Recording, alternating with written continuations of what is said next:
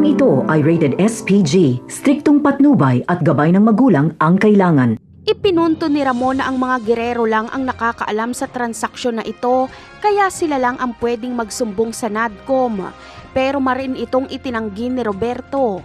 Ayon sa kanya ay si Ramon pa daw umano ang traidor. Pakana umano ito ni Ramon para masira ang pangalan ng mga gerero.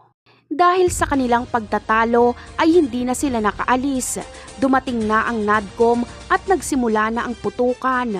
Priority nila Ramon na makaalis sa lugar na yon, dala ang pera at ang mga kalakal. Bagamat agad na makakaalis sila Ramon sa pier, kasama ang kalakal ay haharangin naman nila Enteng ang kalakal at kukunin ito. Magtatagumpay sila Enteng, kaya galit na galit si Ramon sa mga gerero.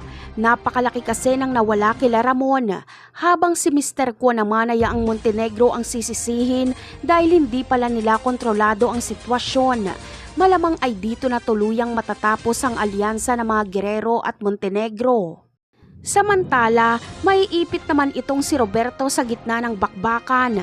Priority niya kasing makaalis agad si Don Gustavo at Miguelito. Siya ang haharap sa mga otoridad para makatakas lang si Miguelito. Proprotektahan ni Roberto ang imahe ni Miguelito para manalo ito sa eleksyon. Dahil kapag matalo sila ay wala na silang kapangyarihan. Napakarami pa nating dapat abangan sa mga susunod na episode. Paalam!